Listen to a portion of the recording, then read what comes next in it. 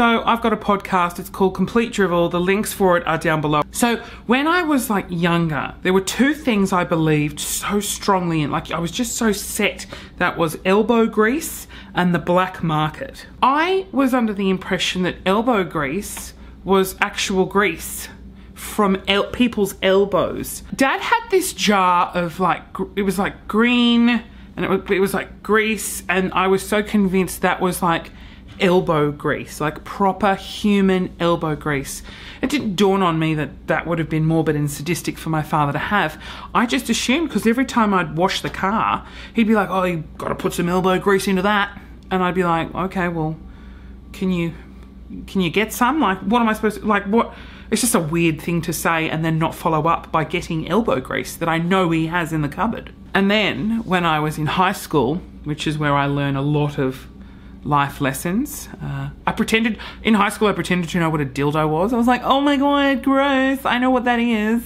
That's so gross. And someone was like, it's a mushroom in the garden. I was like, I know, gross. And they were like, you don't know what a dildo is. I'm like, yeah, I do. It's a mushroom in the garden. Trying desperately to fit in. God, I've got so many dildos in my garden. And then I became known as the garden dildo boy who has a lot of dildos in his garden. And I was like, yeah, but you leave them because you can't touch them because that's gross. We don't touch the dildos. And then a friend of mine was like, Christian, dildos is something ladies use in the bedroom. They stick it up their vagin. No, aren't they mushrooms in the garden? As for elbow grease, well, that was just an expression.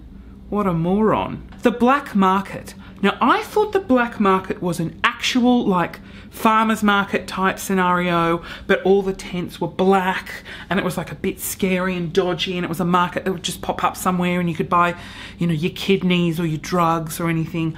I didn't actually realize that's also just an expression for, you know, buying something dodgy. I was so convinced that there was black markets people could go to and buy human organs. Oh, that's weird. Why don't the police shut them down if they're illegal? I don't understand. What's the problem with a black market? Like, why is it so bad if they're allowed to operate? And then I really wanted to visit a black market once.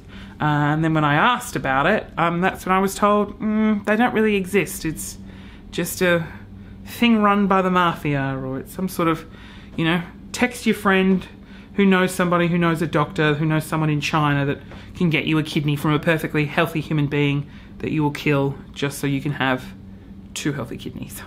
If you want to learn more useless and moronic things I've done, subscribe to the podcast. It's really boring though. It's really so boring. Oh my God, it is so boring.